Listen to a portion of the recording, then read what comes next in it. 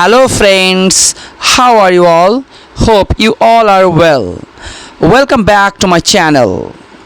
In today's video, I am going to teach you the use of should have, should have been and could have been with structure.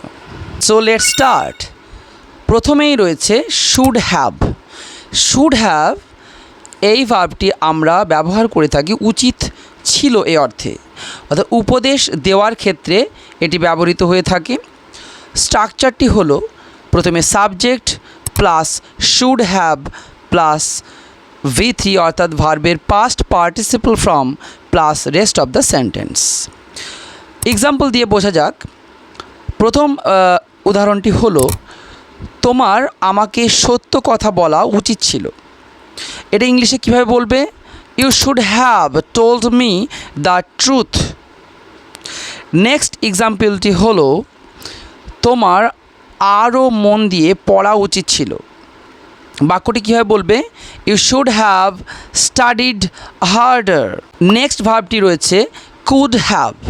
could have এর ব্যবহার হয় অতীতে কোনো সম্ভাবনা বোঝাতে, অর্থাৎ অতীতে কোনো কাজ করা উচিত ছিল কিন্তু করা হয়নি, এমন অর্থে আমরা এই ভার্বটি ব্যবহার করে থাকি।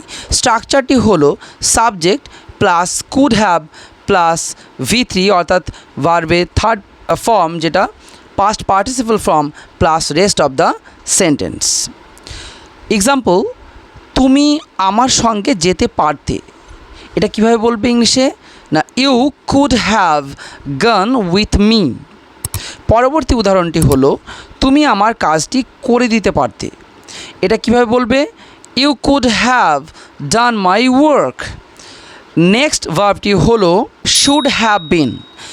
এই ভার্বটি ব্যবহার হয়ে থাকে অতীতে কোনো অবস্থা পরিবর্তন বা ভূমিকা বোঝাতে, হওয়া উচিত ছিল কিন্তু হয়নি, এমন অর্থে আমরা এই ভার্বটি ব্যবহার করে থাকি। স্ট্রাকচারটি কেমন হবে?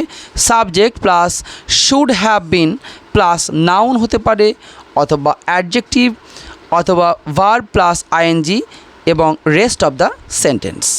এক্সাম্পল, তার একজন শিক্ষক হওয়া উচিত ছিল। এটা কীভাবে বলবে ইংলিশে? He should have been a teacher. পরবর্তী এক্সাম্পলটি হলো, তুমি যেমন কবিতা বলো তোমার কবি হওয়া উচিত ছিল।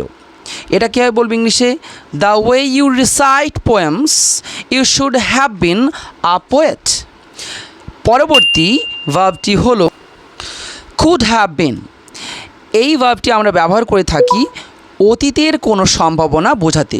স্ট্রাকচারটি হলো subject plus could have been plus noun হতে পারে অথবা অ্যাডজেক্টিভ এবং V3 অর্থাৎ ভার্বের পাস্ট পার্টিসিপল ফর্ম। এক্সাম্পল, কথাটি এড়ানো যেত। কীভাবে ইংলিশে বলবে? The statement could have bin avoided. পরবর্তী উদাহরণটি হলো, বিষয়টি গোপন রাখা যেত। ইংলিশে বলবে হবে the matter could have been kept secret. Okay, thank you.